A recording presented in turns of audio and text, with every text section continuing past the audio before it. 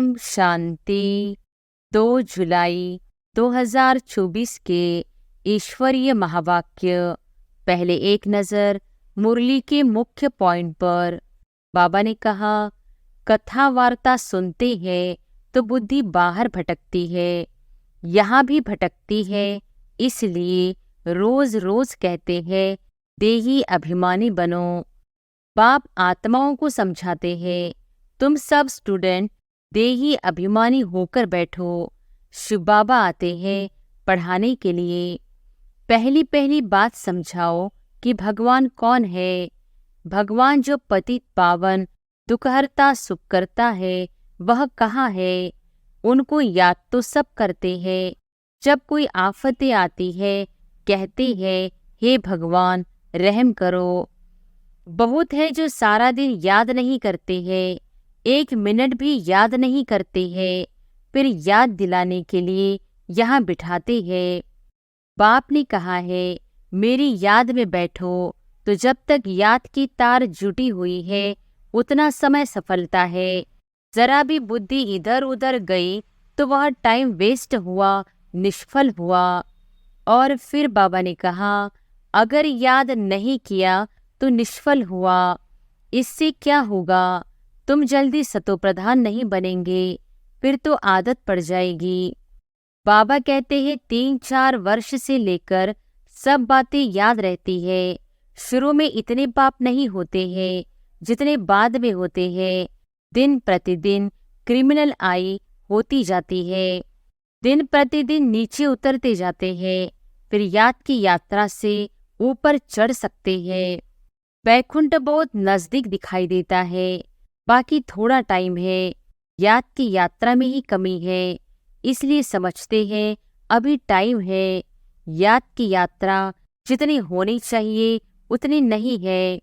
भले शिव की भक्ति करते हैं, परंतु यथार्थ ज्ञान नहीं जो श्रीमत पर चले। और फिर लास्ट में बाबा ने कहा, मानव मत कहती है ईश्वर सर्वव्यापी है, ईश्वर की मत कहती है नहीं। बाप कहते हैं, मैं आया हूँ स्वर्ग की स्थापना करने, तो जरूर यह नरक है। अभी रावण राज्य है, सभी में 5 विकार है। सतयुग में है राम राज्य, कोई भी विकार नहीं।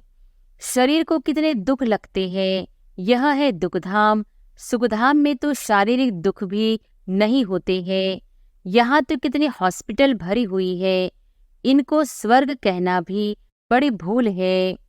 जितनी बुद्धि उतनी टीचर की पढ़ाई धारण कर सकते हैं। यह है बेहद की पढ़ाई, पढ़ाई के अनुसार ही नंबरवार पद पाते हैं। ऐसा नहीं पढ़ना चाहिए जो जन्म जन्मांतर दास दासी बने।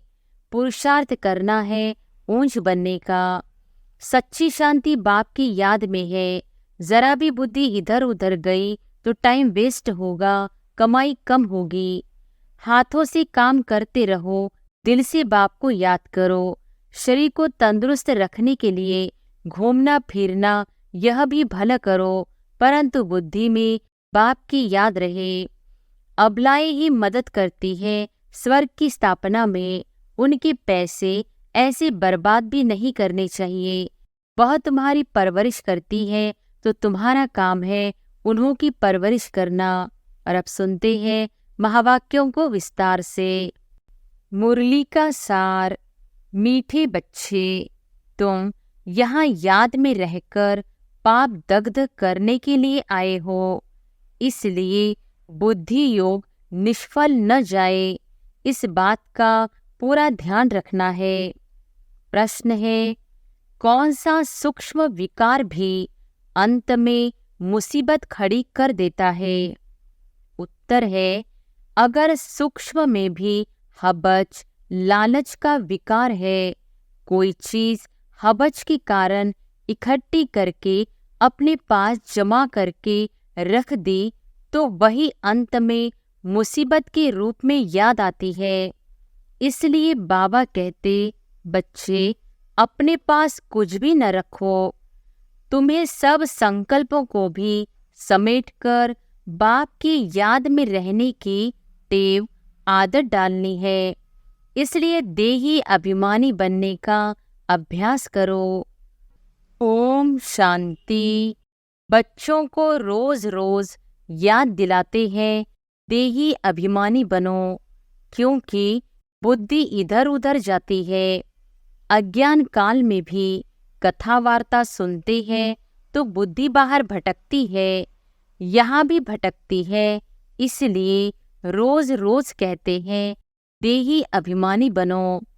वह तो कहेंगे हम जो सुनाते हैं उस पर ध्यान दो, धारण करो। शास्त्र जो सुनाते हैं वह वचन ध्यान पर रखो। यहाँ तो बाप आत्माओं को समझाते हैं, तुम सब स्टूडेंट देही अभिमानी होकर बैठो। शिव बाबा आते हैं पढ़ाने के लिए। ऐसा कोई कॉलेज नहीं होगा जहाँ समझेंगे शिव बाबा पढ़ाने आते हैं। ऐसा स्कूल होना ही चाहिए। पुरुषोत्तम संगम युग पर स्टूडेंट बैठे हैं और यह भी समझते हैं परमपिता परमात्मा आते हैं हमको पढ़ाने। शिव बाबा आते हैं हमको पढ़ाने। पहली पहली बात समझाते हैं तुमको पावन बनना है तो मामेकम याद करो, परंतु माया घड़ी घड़ी भुला देती है। इसलिए बाप खबरदार करते हैं, कोई को समझाना है तो भी पहली पहली बात समझाओ कि भगवान कौन है। भगवान जो पतित पावन दुखहर्ता सुख करता है वह कहाँ है। उनको याद तो सब करते हैं। जब कोई आफतें आती है कहते हैं हे भगवान रहम करो। किसको बचाना होता है तो भी कहते हैं हे भगवान, ओ गॉड हमको दुख से लिबरेट करो। दुख तो सबको है, यह तो पक्का मालूम है। सतयुग को सुखधाम कहा जाता है, कलयुग को दुखधाम कहा जाता है। यह बच्चे जानते हैं, फिर भी माया भुला देती है। यह याद में बिठाने की रस्म भी ड्रामा में है, क्योंकि बहुत है जो सारा दिन याद नहीं करते हैं, एक मिनट भी याद नहीं करते हैं। फिर याद दिलाने के लिए यहाँ बिठाते हैं, याद करने की युक्ति बतलाते हैं तो पक्का हो जाए। बाप की याद से ही हमको सतोप्रधान बनना है। सतोप्रधान बनने की बाप ने फर्स्ट क्लास रियल युक्ति बताई है। पतित पावन तो एक ही है, वह आकर युक्ति बताते हैं। यहाँ तुम बच्चे शांति में तब बैठते हो जबकि बाप के साथ योग है। अगर बुद्धि का योग यहाँ वहाँ गया तो शांत में नहीं है, गोया अशांत है। जितना समय यहाँ वहाँ बुद्धि योग गया वह निष्फल हुआ, क्योंकि पाप तो कटते नहीं। दुनिया यह नहीं जानती कि पाप कैसे कटते हैं। यह बड़ी महीन बातें हैं। बाप ने कहा है मेरी याद में बैठो, तो जब तक याद की तार जुटी हुई है उतना समय सफलता है। जरा भी बुद्धि इधर उधर गई तो वह टाइम वेस्ट हुआ, निष्फल हुआ। बाप का डायरेक्शन है ना कि बच्चे मुझे याद करो। अगर याद नहीं किया तो निष्फल हुआ, इससे क्या होगा? तुम जल्दी सतोप्रधान नहीं बनेंगे, फिर तो आदत पड़ जाएगी। यह होता रहेगा। आत्मा इस जन्म के पाप तो जानती है। भला कोई कहते हैं हमको याद नहीं है, परंतु बाबा कहते हैं 3-4 वर्ष से लेकर सब बातें याद रहती है। शुरू में इतने पाप नहीं होते हैं जितने बाद में होते हैं। दिन प्रतिदिन क्रिमिनल आई होती जाती है। त्रेता में 2 कला कम होती है। चंद्रमा की 2 कला कितने में कम होती है? धीरे धीरे कम होती जाती है। फिर 16 कला संपूर्ण भी चंद्रमा को कहा जाता है, सूर्य को नहीं कहते। चंद्रमा की है 1 मास की बात। यह फिर है कलप की बात। दिन प्रतिदिन नीचे उतरते जाते हैं, फिर याद की यात्रा से ऊपर चढ़ सकते हैं। फिर तो दरकार नहीं जो हम याद करें और ऊपर चढ़े। सतयुग के बाद फिर उतरना है। सतयुग में भी याद करे तो नीचे उतरे ही नहीं। ड्रामा अनुसार उतरना ही है तो याद ही नहीं करते हैं। उतरना भी जरूर है, फिर याद करने का उपाय बाप ही बतलाते हैं, क्योंकि ऊपर जाना है। संगम पर ही आकर बाप सिखलाते हैं कि अब चढ़ती कला शुरू होती है। हमको फिर अपने सुखधाम में जाना है। बाप कहते हैं अब सुखधाम में जाना है तो मुझे याद करो। याद से तुम्हारी आत्मा सतप्रधान बन जाएगी। तुम दुनिया से निराले हो। बैकुंठ दुनिया से बिल्कुल न्यारा है। बैकुंठ था, अब नहीं है। कलप की आयु लंबी कर देने से कारण भूल गए हैं। अभी तुम बच्चों को तो बैकुंठ बहुत नजदीक दिखाई देता है, बाकी थोड़ा टाइम है। याद की यात्रा में ही कमी है, इसलिए समझते हैं अभी टाइम है। याद की यात्रा जितनी होनी चाहिए उतनी नहीं है। तुम पैगाम पहुंचाते हो ड्रामा के प्लान अनुसार। कोई को पैगाम नहीं देते हैं तो गोया सर्विस नहीं करते हैं। सारी दुनिया में पैगाम तो पहुंचाना है कि बाप कहते हैं मामिकम याद करो। गीता पढ़ने वाले जानते हैं एक ही गीता शास्त्र है, जिसमें यह महावाक्य है, परंतु उसमें श्री कृष्ण भगवानुवाच लिख दिया है। तो याद किसको करे? भला शिव की भक्ति करते हैं, परंतु यथार्थ ज्ञान नहीं जो श्रीमत पर चले। इस समय तुमको मिलती है ईश्वरीय मत, इनके पहले थी मानव मत। दोनों में रात दिन का फर्क है। मानव मत कहती है ईश्वर सर्वव्यापी है, ईश्वर की मत कहती है नहीं। बाप कहते हैं मैं आया हूँ स्वर्ग की स्थापना करने, तो जरूर यह नर्क है। यहाँ 5 विकार सब में प्रवेश है। विकारी दुनिया है, तब तो मैं आता हूँ निर्विकारी बनाने के लिए। जो ईश्वर के बच्चे बने उनके पास विकार तो हो नहीं सकते। रावण का चित्र 10 शीश वाला दिखाते हैं। कभी कोई कह न सके कि रावण की सृष्टि निर्विकारी है। तुम जानते हो अभी रावण राज्य है, सभी में 5 विकार है। सतयुग में है राम राज्य, कोई भी विकार नहीं। इस समय मनुष्य कितने दुखी है, शरीर को कितने दुख लगते हैं। यह है दुखधाम। सुखधाम में तो शारीरिक दुख भी नहीं होते हैं। यहाँ तो कितनी हॉस्पिटल्स भरी हुई है। इनको स्वर्ग कहना भी बड़ी भूल है। तो समझकर औरों को समझाना है। वह पढ़ाई कोई को समझाने के लिए नहीं है। इम्तिहान पास किया और नौकरी पर चढ़ा, यहाँ तो तुमको सबको पैगाम देना है। सिर्फ एक बाप थोड़े ही देंगे।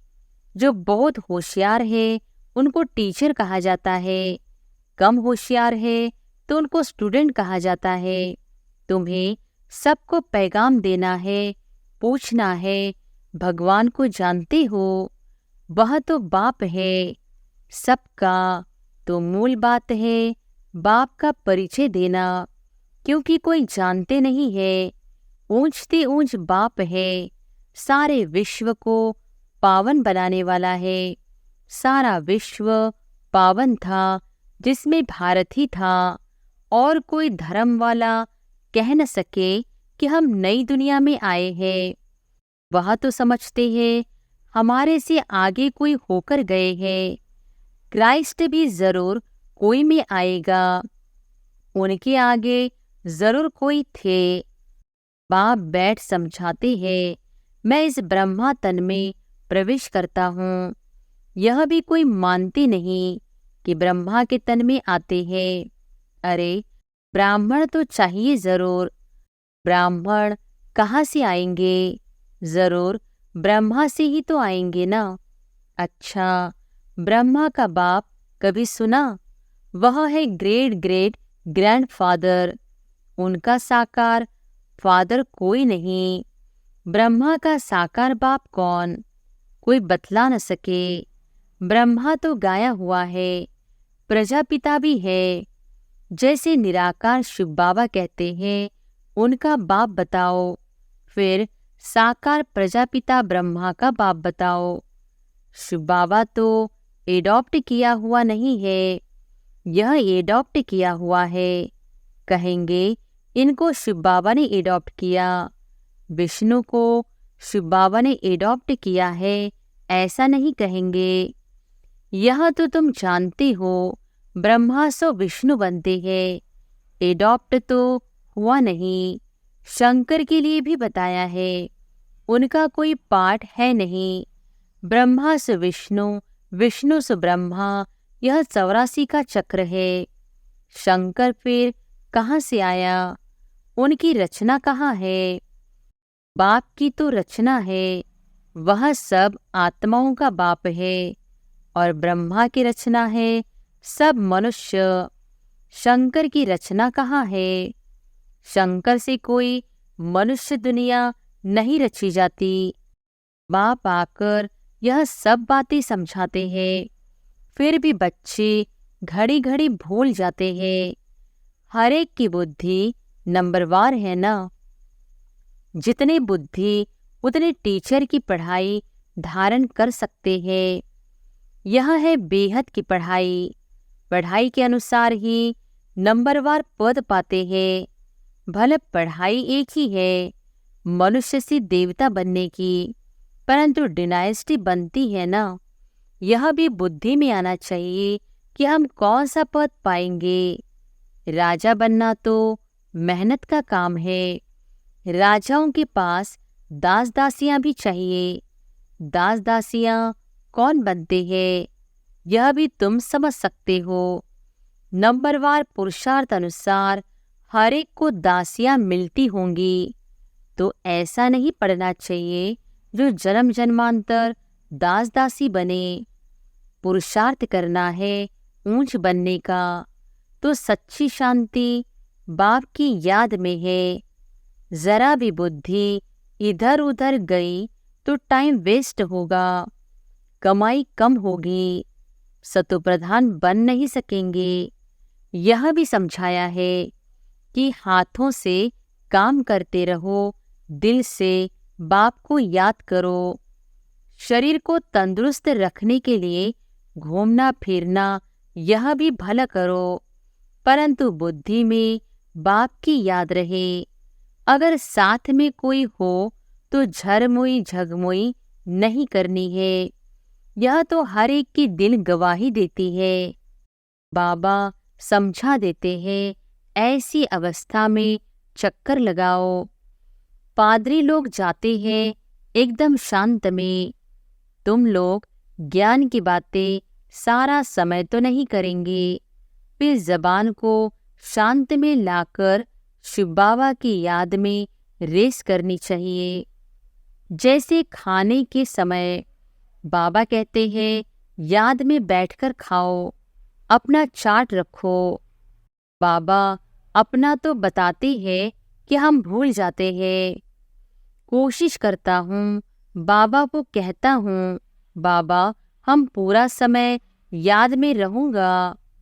आप हमारी खांसी बंद करो, शुगर कम करो। अपने साथ जो मेहनत करता हूँ वह बताता हूँ, परंतु मैं खुद ही भूल जाता हूँ, तो खांसी कम कैसे होगी। जो बातें बाबा के साथ करता हूँ वह सच सुनाता हूँ। बाबा बच्चों को बता देते हैं। बच्चे बाप को नहीं सुनाते, लज्जा आती है। झाड़ू लगाओ, खाना बनाओ, तो भी शिव बाबा की याद में बनाओ, तो ताकत आएगी। यह भी युक्ति चाहिए, इसमें तुम्हारा ही कल्याण होगा। फिर तुम याद में बैठेंगे तो औरों को भी कशिश होगी। एक दो को कशिश तो होती है ना। जितना तुम जास्ती याद में रहेंगे उतना सन्नाटा अच्छा हो जाएगा। एक दो का प्रभाव ड्रामा अनुसार पड़ता है। याद की यात्रा तो बहुत कल्याणकारी है, इसमें झूठ बोलने की दरकार नहीं है। सच्चे बाप के बच्चे हैं तो सच्चा होकर चलना है। बच्चों को तो सब कुछ मिलता है, विश्व की बादशाही मिलती है, तो फिर लोभ कर 10-20 साड़ियाँ आदि क्यों इकट्ठी करते हो? अगर बहुत चीजें इकट्ठी करते रहेंगे तो मरने समय भी याद आएगी। इसलिए मिसाल देते हैं कि स्त्री ने उनको कहा, लाठी भी छोड़ दो, नहीं तो यह भी याद आएगी। कुछ भी याद नहीं रहना चाहिए, नहीं तो अपने लिए ही मुसीबत लाते हैं। झूठ बोलने से 100 गुना पाप चढ़ जाता है। शिव बाबा का भंडारा सदैव भरा रहता है, जास्ती रखने की भी दरकार क्या है। जिसकी चोरी हो जाती है तो सब कुछ दिया जाता है। तुम बच्चों को बाप से राजाई मिलती है तो क्या कपड़े आदि नहीं मिलेंगे? सिर्फ फालतू खर्चा नहीं करना चाहिए, क्योंकि अबलाएं ही मदद करती है स्वर्ग की स्थापना में। उनके पैसे ऐसे बर्बाद भी नहीं करने चाहिए। वह तुम्हारी परवरिश करती है तो तुम्हारा काम है उन्हों की परवरिश करना, नहीं तो 100 गुना पाप सिर पर चढ़ता है। अच्छा, मीठे मीठे सिकिलधे बच्चों प्रति माता पिता बाप दादा का याद प्यार और गुड मॉर्निंग। रूहानी बाप की रूहानी बच्चों को नमस्ते। धारणा के लिए मुख्य सार। पहली पॉइंट, बाप की याद में बैठते समय जरा भी बुद्धि इधर उधर नहीं भटकनी चाहिए। सदा कमाई जमा होती रहे, याद ऐसी हो जो सन्नाटा हो जाए। दूसरी पॉइंट, शरीर को तंदुरुस्त रखने के लिए घूमने फिरने जाते हो तो आपस में झरमुई झगमुई पर चिंतन नहीं करना है। जबान को शांत में रख बाप को याद करने की रेस करनी है। भोजन भी बाप की याद में खाना है। वरदान है, निश्चय बुद्धि बन कमजोर संकल्पों की जाल को समाप्त करने वाले सफलता संपन्न भव। निश्चय बुद्धि बन कमजोर संकल्पों की जाल को समाप्त करने वाले सफलता संपन्न भव। अभी तक मेजॉरिटी बच्चे कमजोर संकल्पों को स्वयं ही इमर्ज करते हैं। सोचते हैं पता नहीं होगा या नहीं होगा, क्या होगा। यह कमजोर संकल्प ही दीवार बन जाते हैं और सफलता उस दीवार के अंदर छिप जाती है।